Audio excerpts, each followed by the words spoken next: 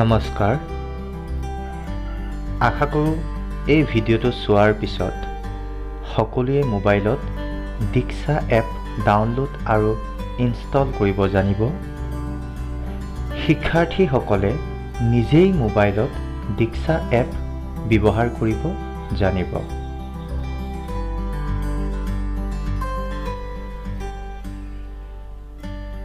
পোনপ্ৰথমে আমি নিজৰ মোবাইলৰ প্লে ষ্ট'ৰ এপটো বিচাৰিম প্লে ষ্ট'ৰ এপটো এয়া পালোঁ ইয়াত ক্লিক কৰি দিয়াৰ লগে লগে এনেকৈ আহি যাব ইয়াত ওপৰৰ ফালে সাৰ্চ বুটাম দেখিছে সাৰ্চত আমি ক্লিক কৰি ইয়াত দীক্ষা বুলি টাইপ কৰিম টাইপ কৰাৰ পিছত ইয়াত দীক্ষা এপ আপোনালোকে দেখা পাইছে ইয়াত ক্লিক কৰিম ক্লিক কৰাত দীক্ষা প্লেটফৰ্ম ফৰ স্কুল ওলাইছে এতিয়া আমি এই ইনষ্টলত ক্লিক কৰিম ইনষ্টলত ক্লিক কৰাৰ লগে লগে ডাউনলোড হ'ব এপছটো ডাউনলোড হোৱাৰ লগে লগে স্কেনিং আহি যাব স্কেনিঙৰ পিছত আমাৰ সোঁফালৰ সেই তল চাইডে আমি দেখিছোঁ মোৰ এপছ আৰু অপেন বুলি এতিয়া আমি এই অপেনত ক্লিক কৰিম অপেনত ক্লিক কৰাৰ পিছত আমাৰ দীক্ষা এপটোলৈ সোমাই যাম ইয়াত বিভিন্ন ধৰণৰ ভাষা আছে আমি হিন্দী ইংলিছ বা অসমীয়া বা বাংলা আমি সিলেক্ট কৰিব পাৰোঁ যেহেতু আমি অসমীয়া হওঁ সেইকাৰণে আমি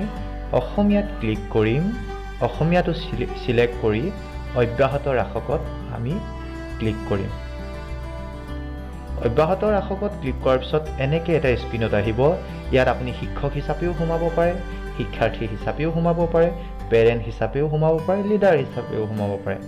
যেহেতু আমি শিক্ষাৰ্থীৰ কাৰণে এই ভিডিঅ'টো বনাইছোঁ আমি শিক্ষাৰ্থীত ক্লিক কৰিম আৰু কণ্টিনিউ কৰিম শিক্ষাৰ্থীসকলে QR কোড স্কেন কৰক এই অপশ্যনটোত গৈ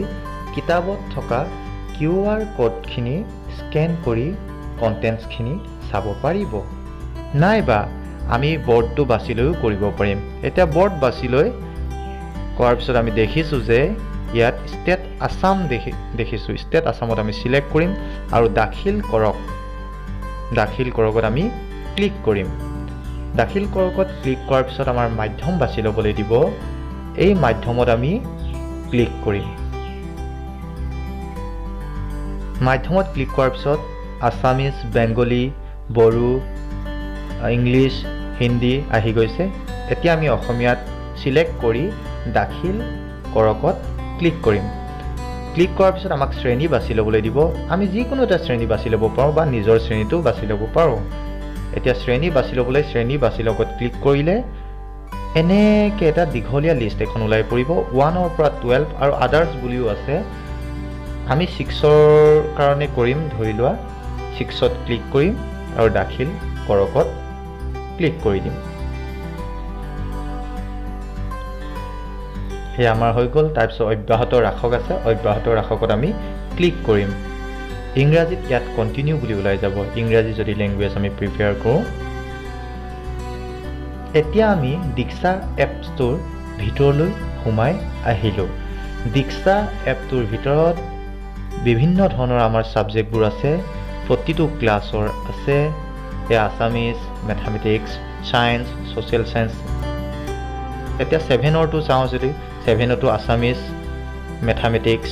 ছায়েন্স ছ'চিয়েল ছায়েন্স তেনেকৈ 8ৰ কাৰণেও আমি কণ্টেণ্টছবোৰ চাব পাৰিম এইখিনি ছাবজেক্টবোৰ দিয়া আছে ইয়াত 1ৰ পৰা 10 11 12 তেনেকৈ প্ৰতিটো ক্লাছৰ দিয়া আছে ওপৰত Assamese medium Bengali medium Bodo medium তেনেকৈ প্ৰতিটো মিডিয়ামো ইয়াত পাব এতিয়া এই এপছটোৰ কণ্টেণ্টছবোৰ কেনেকৈ চাব পাৰি এয়া দেখুৱাবলৈ লৈছোঁ পোনপ্ৰথমে আমি ক্লাছ 6ৰ গণিত বিষয়টো চাব খুজিছোঁ এতিয়া গণিত বিষয়টো চাবলৈ গণিত বিষয়টোত আহিলোঁ মেথামেটিক্সত আমি ক্লিক কৰি দিলোঁ ক্লিক কৰাৰ পিছত এনেকৈ আহি যাব ইয়াত আমাৰ যিখিনি সূচীপত্ৰত আছে সেইবোৰ কিতাপখনৰ সূচীপত্ৰবোৰ ওলাইছে প্ৰতিটো পাঠ ওলাইছে ইয়াত আমি নিজৰ যি পাঠ আমি কন্টেন্টছ পঢ়িব খুজিছোঁ বুজিব খুজিছোঁ সেই পাঠটোত সিলেক্ট কৰিলেই হৈ যাব আমি এতিয়া এটা ভিডিঅ' চাম ভিডিঅ'টো মই কমপ্লিট নাচাওঁ এই 2 নম্বৰ পাঠৰ সংখ্যাৰ বিভিন্ন প্ৰকাৰৰ এই ফাৰ্ষ্ট ভিডিঅ'টো আমি চাব খুজিছোঁ ইয়াত প্লে কৰক আছে দেখিছানে প্লে কৰকত আমি ক্লিক কৰিম ক্লিক কৰিলে এনেকৈ ভিডিঅ'টো আহি যাব এয়া ভিডিঅ'টো কিহৰ ওপৰত বনাইছে চোৱা ভিডিঅ'টো এনেকৈ আহি যাব এই ছাৰজনে ভিডিঅ'খিনি বনাইছে লঘিষ্ঠ সাধাৰণ গুণিতক লসাগুৰ ওপৰত ভিডিঅ'টো আছে আমি ভিডিঅ'টো কমপ্লিট নাচাওঁ আমি কেনেকৈ ভিডিঅ' চলাব লাগে সেইটোৱে দেখুৱাইছোঁ এতিয়া আমি ইয়াৰ পৰা বেক হ'ম ইয়াৰ উপৰিও আমি কিছুমান প্ৰশ্ন উত্তৰো এই এপছত কৰিব পাৰিম উদাহৰণস্বৰূপে আমি সংখ্যাৰ গঠন পাঠটোৰ প্লে কৰক এই অপশ্যনটোত আমি ক্লিক কৰিছোঁ ক্লিক কৰাৰ পিছত এনেকৈ আহি যাব ইয়াত প্ৰথম প্ৰশ্নটোত সুধিছে 10 কোটিত কিমানটা অংক আছে উত্তৰ হিচাপে আছে 7 8 9 10 আমাৰ শুদ্ধ উত্তৰটো কি হ'ব শুদ্ধ উত্তৰটো হ'ব 9 আমি 9ত ক্লিক কৰিম আৰু বাওঁফালৰ যিটো কাঁচিন আছে কাঁচিনত ক্লিক কৰি দিম ক্লিক কৰাৰ পিছত শুদ্ধ হোৱাৰ কাৰণে ৰাইট চিন আহিছে নেক্সট কুৱেশ্যনটো কৰিবৰ কাৰণে আমি এই নেক্সটত টিপিম নেক্সটত টিপি দিয়াৰ লগে লগে এনেকৈ আহি যাব ঊৰ্ধ্বক্ৰমত সজোৱা এনেদৰেই আমি প্ৰতিটো ছাবজেক্টৰ প্ৰশ্ন উত্তৰবোৰ প্ৰেক্টিছ কৰিব পাৰিম ইতিমধ্যে আমি দীক্ষাৰ সহায়ত আমাৰ কণ্টেণ্টছবোৰ কেনেকৈ চাব লাগে ছাবজেক্ট ৱাইজ সেইটো চাবলৈ শিকিলোঁ এতিয়া আমি কিতাপত থকা QR ব্যৱহাৰ কৰি কেনেকৈ কণ্টেণ্টছবোৰ চাব পাৰিম এই বিষয়ে শিকিম তাৰ আগতে আমি আমাৰ ইণ্টাৰনেট কানেক্টিভিটি ঠিকে আছে নে চাই ল'ব লাগিব তাৰপিছত আমি দীক্ষা এপলৈ যাম দীক্ষা এপটো আপোনালোকে দেখা পাইছে নিশ্চয় এই দীক্ষা এপটোত আমি ক্লিক কৰিম ক্লিক কৰি দিয়াৰ পিছত আমাৰ হোম পেজ ওলাব হোম পেজৰ এই তলত আমাৰ স্কেনাৰ আছে স্কেনাৰটো মই মাৰ্ক কৰি দিছোঁ এই স্কেনাৰটোত আমি ক্লিক কৰিব লাগিব স্কেনাৰটোত ক্লিক কৰাৰ লগে লগে এনেকৈ কেমেৰা আহিব আমি সমাজ বিজ্ঞান পাঠৰ স্কেন কৰিব লৈছোঁ সমাজ বিজ্ঞান পাঠৰ QR কোড স্কেন কৰিছোঁ স্কেন কৰাৰ পিছত আমাৰ সমাজ বিজ্ঞান পাঠৰ গোটেই যিখিনি কণ্টেণ্টছ ইয়াত আপলোড কৰি থৈছে দীক্ষা এপত গোটেইখিনি ইয়াত ওলাই যাব